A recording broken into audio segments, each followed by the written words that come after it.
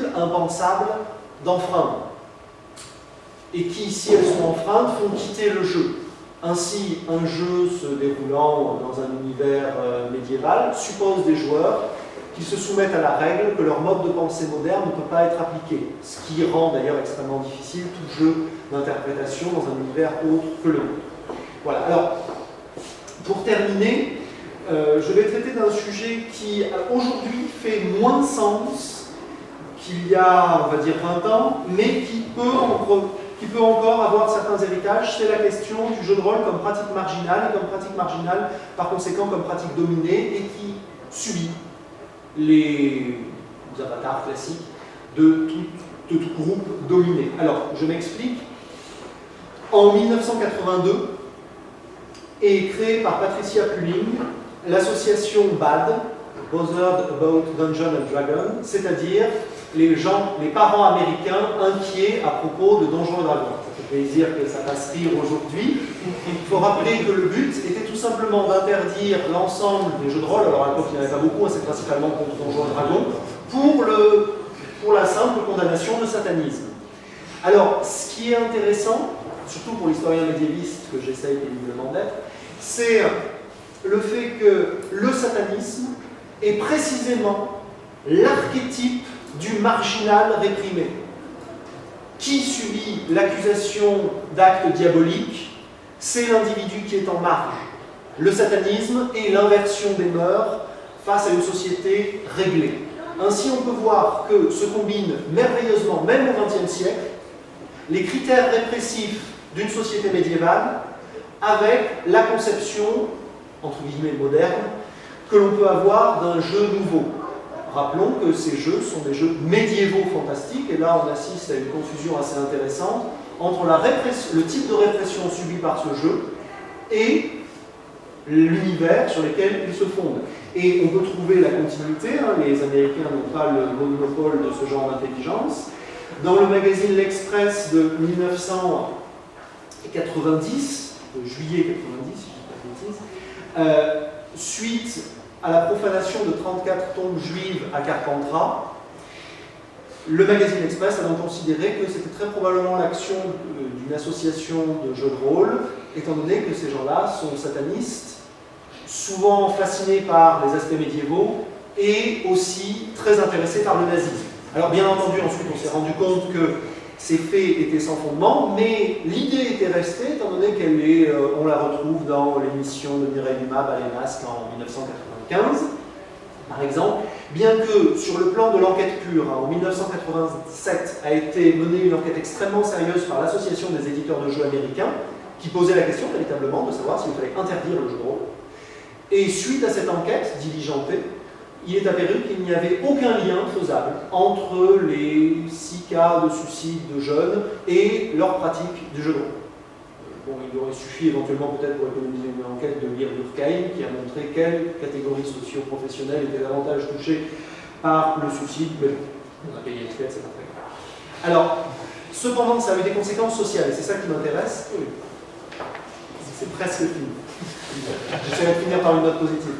C'est le fait qu'à partir des années 90, précisément, on assiste à un reflux du jeu qui s'est diffusé fortement dans les années 80 et qui va connaître un temps d'arrêt vers 90-95, alors pour plusieurs raisons.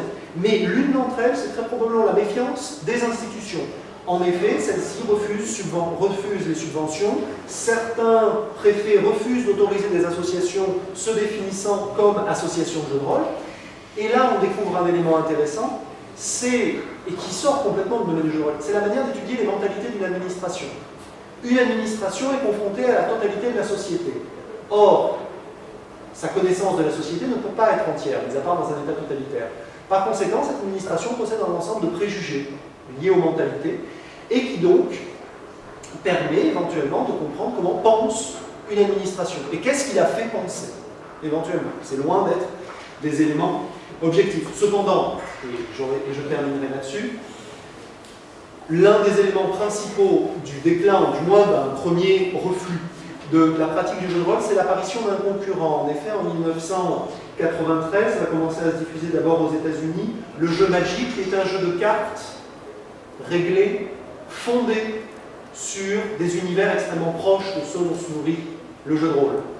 Or là, on va avoir une concurrence réelle et qui va se terminer de manière assez simple. En 1997, Wizards of the Coast, éditeur de Magic, donc le jeu de cartes, rachète TSR, éditeur de Donjons et Dragons. Et à partir de là, on va assister à une évolution, et je terminerai là-dessus, c'est que le jeu de rôle de plus en plus se présente comme une ludicité de frontière, une ludicité marginale, mais une ludicité qui va servir à relier des univers. En effet, bon, il est d'abord toujours lié à une dimension narrative, heroic fantasy, fantastique, l'œuvre de Lovecraft, mais on va l'utiliser comme élément de déclinaison d'un produit. Ainsi, le jeu de rôle L5A, L5R, est avant tout un moyen de développer le storytelling du jeu de cartes.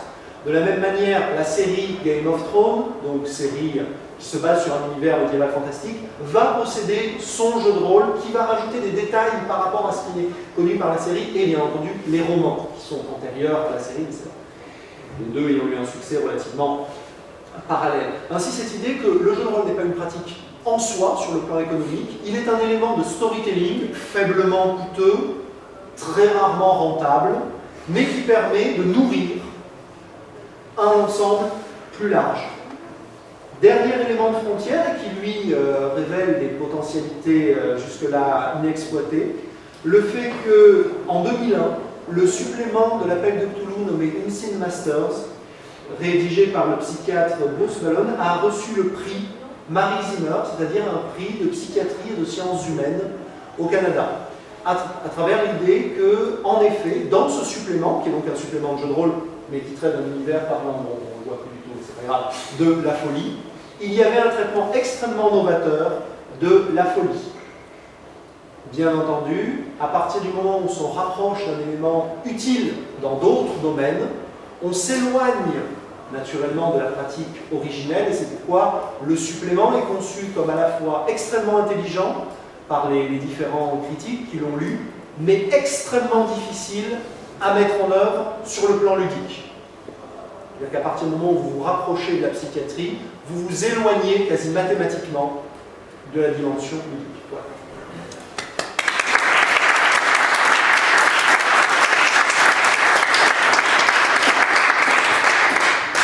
Je me suis prendre une ou deux minutes s'il y a une question dans le public.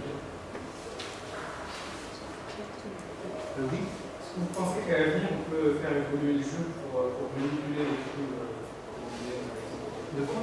pour manipuler les foules, des ensembles de populations. Si tu veux en faire quelque chose, par exemple, éducatif par rapport à la folie, comme vous voulez dire, on fait un outil pour véhiculer des idées particulières. C'est quasiment impossible parce que, comme on l'a dit, un jeu ne convertit pas. En fait, un jeu demande une implication volontaire, surtout le jeu de rôle, demande une implication volontaire initiale telle qu'il ne peut pas diffuser facilement des idées. Bon, pour faire très simple, un auteur qui, sur le plan des méthodes d'endoctrinement politique, a fait ses preuves, Adolf Hitler, a expliqué que pour faire comprendre des idées, il fallait les faire comprendre de manière simple et à travers des idées d'une dimension violente. Même si on exclut la violence, la simplicité est, bon, on peut faire simple, assez absente du jeu de rôle. C'est-à-dire qu'un petit livre de jeu de rôle se fondant sur un système simple, c'est 60 pages de règles à assimiler et au moins autant de narratifs. Donc, surtout pour viser 7,5 millions de personnes dans le monde, si on a de la chance, ça a quasiment aucune chance d'être un moyen de diffusion d'idées. Je voulais juste rebondir là-dessus par rapport. Alors là, on s'écarte un peu du jeu de rôle, mais disons que pour donner de la perspective par rapport à la diffusion d'une vision du monde, du jeu comme rôle de propagande. Bon, par exemple, il y a l'US Army qui a créé un jeu qui s'appelle America's Army, qui est un jeu vidéo, tout ce qu'il y a de plus classique, hein, dans le type de jeu vidéo, c'est un jeu de tir en plus subjective, qui a énormément de succès sur Internet, hein, qui est joué par des millions de joueurs. Ce qu'il faut savoir, c'est que, qui est gratuit en plus, hein, il faut savoir, c'est que lorsque l'on joue à ce jeu-là, les meilleurs joueurs, si on est de nationalité américaine, on peut recevoir un mail proposant le recrutement dans l'armée, donc c'est une arme de propagande massive, là, par exemple. Et bien sûr, l'image qui est donnée de l'armée américaine dans America's Army, c'est pas les casques bleus, c'est l'ordre de l'interventionnisme au Moyen-Orient, avec une image qui est donnée du Moyen-Orient que la paranoïa américaine de l'US Army est donnée, quoi. Mais là, quelque part, on retrouve des idées simples et la violence. Oui, bon. Alors après, effectivement, mais je pense vraiment que dans les jeux aussi, on peut véhiculer des visions du monde. Bon, par exemple, là, dans Donjons et Dragons, a été assez critiqué pour la vision qui donnait c'est quelque chose que j'ai oublié. De la race, certaines notions, ça, etc. C'est un élément stéréotypé, sur lequel je suis passé assez rapidement. Suite aux plaintes de l'association BAD, Wizard of the Coast s'est senti obligé de rappeler que tous les personnages qui jouent à Donjons et Dragons sont bons, qu'ils accomplissent des quêtes héroïques et sauvent le monde. De la même manière, la première édition de Monde des Ténèbres insiste fortement sur la quête de la rédemption, sur la souffrance que le vampire a d'être un être maléfique. Ça ne doit vraiment pas être pris à la légère, ça doit vraiment être compris dans la manière comment une société contraint le jeu. Disons que le jeu de rôle est une pratique dominée, pas une pratique dominante. C'est-à-dire que si on veut étudier la manière dont se diffusent des idées, ce n'est pas la manière dont le jeu de rôle va diffuser des idées, mais comme une société va imposer certaines de ses conceptions au jeu de rôle. Et c'est à mon avis en ça qu'il est intéressant. C'est vraiment l'élément rare d'une pratique entièrement dominée, qui n'a quasiment aucune capacité de domination, mis à part sur les soirées des adolescents. Oui. C'était un peu aussi pour aller dans ce sens-là par rapport à l'idée des représentations que peuvent véhiculer les jeux en général. C'est quelque chose, à mon avis, qui est plus sous-jacent. Je vais en parler demain quand je vais parler des mythologies nordiques, mais c'est qu'il y a quand même dans ces jeux un certain nombre de stéréotypes. Et je pense, alors là, parce que moi j'étudie la figure du barbare nordique qui s'oppose aux sémites du sud. On a vraiment le nord froid en haut, le sud chaud en bas, avec des traits de caractère qu'on trouve déjà depuis Montesquieu, qui est beaucoup retravaillé par la période romantique, nationaliste, qui est repris justement dans le nationalisme et qu'on retrouve encore dans nos représentations aujourd'hui, de cette organisation du monde, cette géographie imaginée, alors que Edward Said parle Derek Gregory reprend cette idée de géographie imaginée, d'organisation du monde très stéréotypé, très séparé. Ça, on retrouve dans les jeux. Donc en fait, ça perpétue comme ça des stéréotypes, des représentations. Après, chacun a ses manières de les rapprocher, mais si on n'a pas un peu de distance critique, effectivement, on fait que continuer. Et donc, avec tout ce que ça implique par rapport à la guerre au Moyen-Orient, comment on se représente l'Orient. Aussi, ça, c'est l'orientalisme d'Edward Said, qui est aussi dans cette idée de construction toujours de l'autre, de l'étranger, parce qu'on est souvent aussi dans cette vision très eurocentrée, parce que c'est chez nous que ça s'est fait, en tout cas, c'est ce qu'on va retrouver quelque part dès Aristote. Au nord vivent les barbares qui sont forts, courageux, idiots. C'est Tacite, César. Au sud, les mous et intelligents. Au centre, les Grecs qui sont forts, intelligents et qui donc sont maîtres légitimes des hommes. C'est des représentations qui ont dominé. Donc c'est pour ça vraiment, ça va pas être le jeu, surtout le jeu de rôle, comme principal élément de diffusion. Par contre, les autres jeux, et je pense en particulier à tout ce qui est jeu de rôle massivement multijoueur, qui ne sont en fait que des jeux où on vous implique dans un rôle, peuvent être des outils, je ne pense pas qu'ils le soient véritablement pour l'instant, de diffusion large, parce que là on n'est plus dans quelques millions de personnes. Ouais, mais là aussi, parfois, être prudent, il faut voir l'appropriation aussi est très ludique. On en parlait avec une classe maintenant. Quand les joueurs ils mangent de la pizza et puis ils racontent ce qu'ils ont fait pendant la journée devant leur jeu, ils ne prennent pas non plus très au sérieux ce qui se passe dedans. Par exemple. Pour relativiser. On va s'arrêter là. Merci encore.